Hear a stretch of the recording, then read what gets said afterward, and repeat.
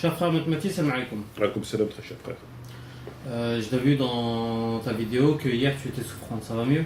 Ouais, je suis un petit peu enrhumé, mais alhamdoulilah, ça va mieux. Alhamdoulilah.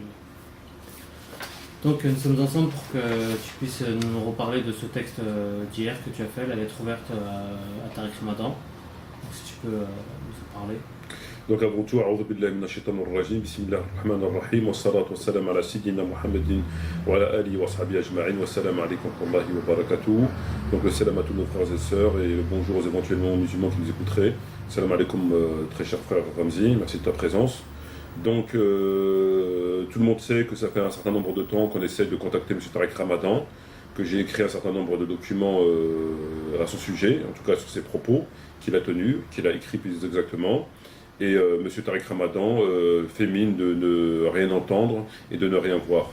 Alors bien évidemment, en tant que musulman, il est dans mon devoir de demander des explications, puisqu'il s'exprime sur le sujet de l'islam et il dit des contre-vérités et parfois même des hérésies. Et M. Tariq Ramadan fait la politique de l'autruche, il refuse, il fait tout simplement mine qu'il n'a rien vu et qu'il n'a rien entendu. Donc j'ai décidé de contacter les médias afin de leur faire part d'une lettre ouverte que je lui ai adressée, qu'on lui a adressée dès hier.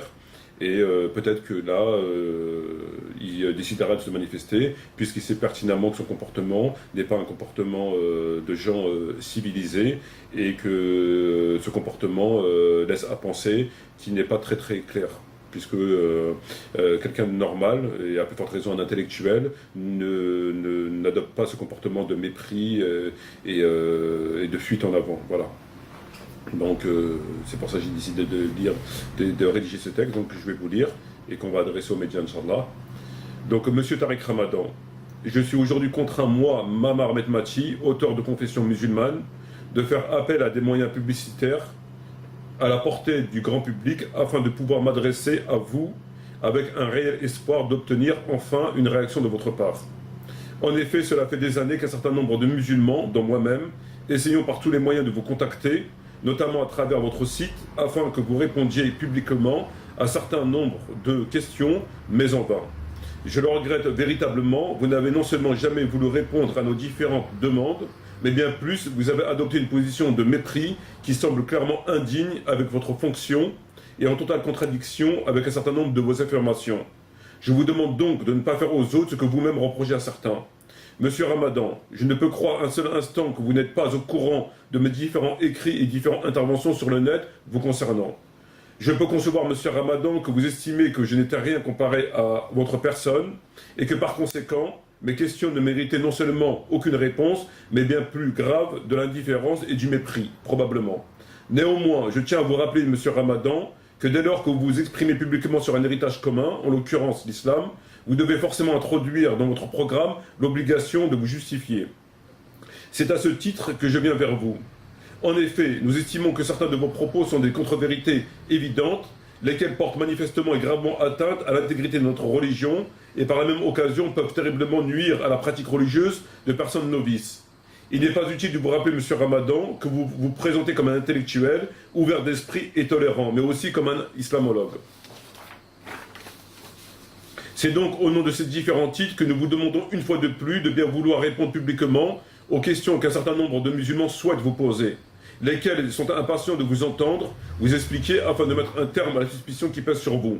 Dans l'hypothèse, Monsieur Ramadan, où une fois de plus, et pour des raisons manifestement injustifiées, vous décidiez de vous dérober à votre fonction, laquelle vous impose de répondre aux questions lorsque celles-ci viennent à la suite de certains nombres de vos propos, nous demandons alors aux médias français de bien vouloir intégrer plus d'équité et plus d'impartialité lorsqu'ils décident de réaliser une émission, un reportage ou autre documentaire sur l'islam, en évitant, comme l'honnêteté intellectuelle l'oblige, d'imposer constamment, je ne dirais pas les mêmes personnes, mais la même personne, en l'occurrence M. Ramadan. Je crois savoir que l'honnêteté intellectuelle et le débat d'idées ne peuvent exister que si on accepte de mettre face à face les différentes composantes, et ce afin d'écouter et d'apprécier les arguments et positions qui s'en dégageront. Voilà. Donc, Argenteuil, le 13 juin, M. Mehmeti Mamar. Voilà.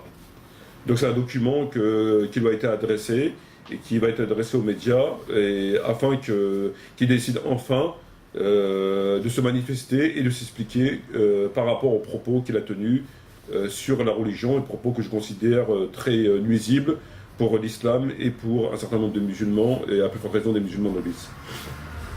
Voilà, donc j'aimerais te poser des questions. Estimes-tu que Tariq Ramadan soit dans l'obligation de te répondre? Ben, écoute, oui, bien sûr, dans la mesure où il s'exprime publiquement sur un sujet commun. Un héritage commun, en l'occurrence l'islam. Il est obligé de s'expliquer sur certains nombres de ses propos, jugés inexacts et parfois complètement hérétiques. Je crois que nul ne peut me contredire sur ce principe.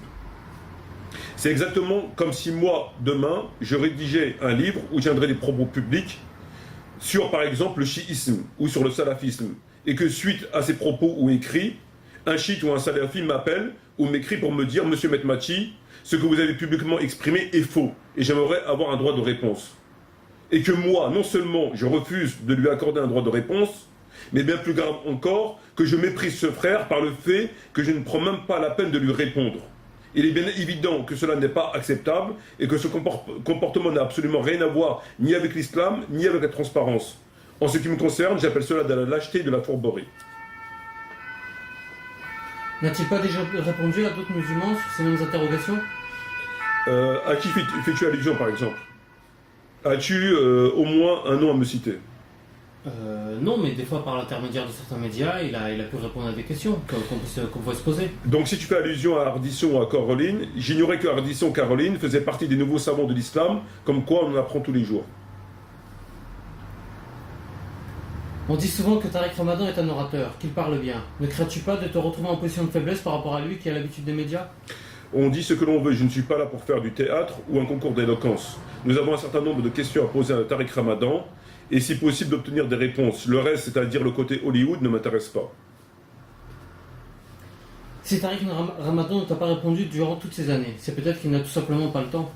Il a bien le temps d'aller raconter des inepties à la télé, sur les radios et de donner des interviews à des magazines d'homosexuels comme Tétu. Il peut donc prendre un peu de son temps pour répondre à des musulmans qui légitimement lui demandent des comptes sur certains nombres de ses propos, ou bien alors qu'il arrête de s'exprimer publiquement sur l'islam. Mais on ne peut à la fois affirmer et fuir, on ne peut à la fois accepter de débattre avec des journalistes sur l'islam et fuir le débat avec des musulmans. Il faut arrêter ce cinéma médiocre. Pour finir, mon frère, tu disais qu'il ne fallait pas se critiquer devant les mécréants. Ne fais-tu pas le contraire de ce que tu dis en critiquant Tariq? Dans ma communauté entre frères et sœurs, de la même communauté, nous n'avons pas de frères et de sœurs qui font, pour n'exagérer que très peu, l'apologie de l'homosexualité et qui tiennent des propos qui contredisent ouvertement le Coran et la Sunna.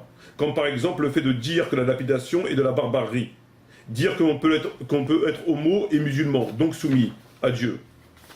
Et bien d'autres hérésies que j'ai mentionnées dans mes documents. En conséquence de quoi, je te prie de ne pas m'assimiler à ce monsieur en faisant de lui mon frère. Il n'est pas mon frère, je ne suis pas son frère. Ta position me semble un peu radicale par rapport à Tariq quand même. Ma position est ce qu'elle est, elle est parfaitement justifiée compte tenu de ses propos, de ses contre-vérités manifestes et des conséquences dramatiques que cela peut engendrer au sein de la communauté. J'ai la preuve de façon très claire et je demande qu'à le démontrer face à lui que M. Ramadan dit des hérésies, dit des mensonges et manipule la communauté musulmane. Par conséquent, je ne peux considérer à aucun moment que cet individu puisse être mon frère ou avoir une certaine tolérance vis-à-vis de ses positions. Quand tu dis qu'il risque, enfin qu'il induit des novices en erreur, c'est pas une accusation un peu grave? C'est une accusation qui est extrêmement grave, mais c'est une accusation qui est parfaitement justifiée, et j'en ai les preuves, je demande qu'à justement le démontrer face à lui. Qu'il s'en défende, s'il en a les moyens. Penses-tu que les médias t'accorderont une tribune? Ben, écoute, on sait tous très bien que les médias français, en général les médias non musulmans, ne sont pas là pour accorder une tribune à des gens comme moi, c'est-à-dire entre guillemets islamistes, qui prônent un islam politique, qui prônent un islam qui bien sûr ne les arrange pas, c'est bien évident, mais il faut savoir que les médias sont contraints à un peu d'impartialité et un peu d'équité. Donc lorsqu'il s'agit d'accorder des tribunes à des gens, lorsqu'il s'agit de faire une émission sur l'islam, un reportage, etc. Et donc ils invitent des gens pour parler de l'islam, pour savoir ce qui est normal, ce qui n'est pas normal, ce qui fait partie de l'islam, ce qui ne fait pas partie de l'islam. On invite M. Ramadan Et lorsqu'on invite M. Ramadan, je pense que la moindre des choses, c'est d'inviter en face un autre musulman qui éventuellement aurait un autre son de cloche à donner. Donc comme on le fait, par exemple, lorsqu'on invite des socialistes, on met des gens du MP, je veux dire, c'est le propre d'un débat, etc. Donc les médias ne le font pas, et invitent constamment M. Ramadan, et face à lui, on met Caroline, on met Ardisson, on met Zemmour, on met etc., Tadei, etc. Donc il faut que les musulmans prennent acte que ces débats sont dès la base manipulés, dès la base ne sont pas des réels débats. Et j'invite les musulmans justement à prendre acte de cela. Donc ou bien les médias français mettent un petit peu de justice et un petit peu d'honnêteté dans leur système, à savoir on invite Tariq Ramadan pour parler de l'islam, mais on invite aussi d'autres intervenants qui puissent aussi s'exprimer de l'islam, ou bien on invite que Tariq Ramadan pour entendre que Tariq Ramadan, pour entendre que la version de Tariq Ramadan. Dans ce cas-là, tout le monde a pris acte qu'il ne s'agit pas d'un débat, mais tout simplement d'une manipulation. C'est comme si on arrive devant un tribunal, et que devant un tribunal, on a le parquet, la partie civile et la défense. Si on arrive devant un tribunal où il n'y a que le parquet et pas d'avocat, ça semblerait, c'est plus un tribunal, on est bien d'accord. Il n'y a que le procureur qui va faire son réquisitoire, il n'y a pas la défense. Est-ce que c'est acceptable? Est-ce que c'est imaginable? Bien sûr que non. Ou alors dans un tribunal où on n'entendrait que la défense et pas la partie civile ou le parquet. C'est pas imaginable. Donc c'est exactement la même chose. On est exactement dans le même. C'est un débat d'idées, c'est une confrontation. Donc à partir de là, on ne peut pas accepter cette façon de faire qui n'a rien à voir avec le métier de journaliste et qui est tout simplement de la manipulation. Et donc, comme tu me poses très bien la question, si les médias refusent de mettre un peu plus d'équité, de transparence dans leur système, les musulmans prendront acte, les musulmans qui m'écoutent prendront acte que tout simplement on est dans la manipulation. Il n'y a pas de débat. Tout est truqué. Voilà. Donc si ça continue, ben, les musulmans prendront acte, et c'est pour moi l'essentiel. En réalité, dans l'absolu, ce que je fais là, c'est pas dans l'espoir, que dans l'espoir d'obtenir une réponse des médias ou de M. Tariq Ramadan. C'est de les mettre devant le fait accompli, devant ces vérités-là. C'est-à-dire que si les médias demain refusent de mettre plus de transparence dans leur système, les musulmans auront la preuve, même s'ils n'en ont pas réellement besoin, mais ils auront la preuve absolue que tout est truqué, et donc on n'a absolument aucun droit, c'est-à-dire même pas de défendre notre religion, et on aura encore une fois la preuve que M. Tariq Ramadan se cache, qui ne veut absolument pas sortir de son trou, et qui n'accepte de débattre qu'avec des journalistes et non pas des théologiens. Lorsqu'on fait un débat sur la religion, on ne le fait pas avec Ardisson, on ne le fait pas avec Caroline, on ne le fait pas avec Zemmour, on le fait avec un théologien, avec un étudiant, avec un musulman. Peu importe sa tendance, mais on le fait avec un musulman. Or, ce qui se passe, alors aujourd'hui, on n'a jamais vu de débat. Je t'ai invité à me donner un nom tout à l'heure, et tu ne peux pas me donner de nom, tu ne peux pas me citer de nom.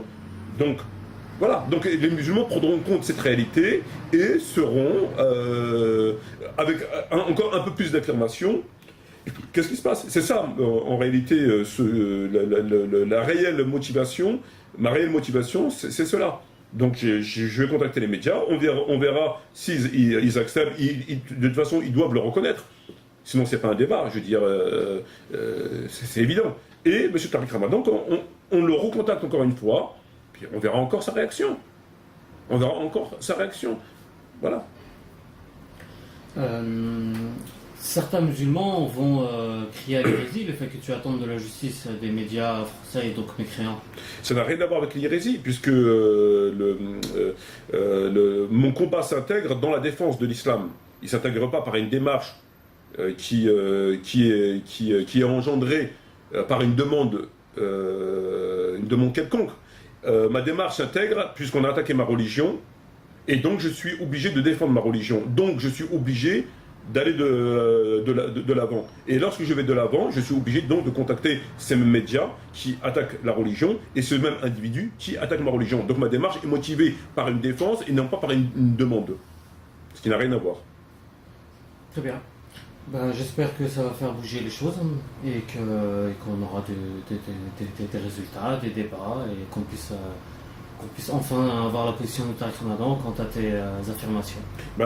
J'espère aussi. Je m'attends pas à un miracle, mais en tout cas, je demande aux musulmans et aux musulmanes de prendre acte, le cas échéant, qui fuient, qui se cachent et qui n'acceptent de débattre qu'avec des ignorants, voire même des gens pas du tout musulmans, et que les médias n'ont pas d'équité, aucune transparence, et que les choses sont truquées dès la base. Donc lorsqu'ils verront Tariq Ramadan sur un plateau, etc., ils sauront d'emblée ce qui se passe. On connaît le résultat à l'avance. C'est comme un tribunal qui vient pour juger une affaire et qui en réalité dans la salle a déjà entre eux décidé du verdict, avant même de juger l'affaire. Voilà, on ne peut pas appeler ça une justice et un verdict équitable. Ben, c'est exactement la même chose. Très bien. Voilà. Je te remercie mon frère. C'est moi qui te remercie, puis j'espère à bientôt, Inch'Allah. Je remercie toutes les personnes qui nous ont écoutés. Wa shukran jazira wa salam alaikum wa rahmatullahi wa barakatuh.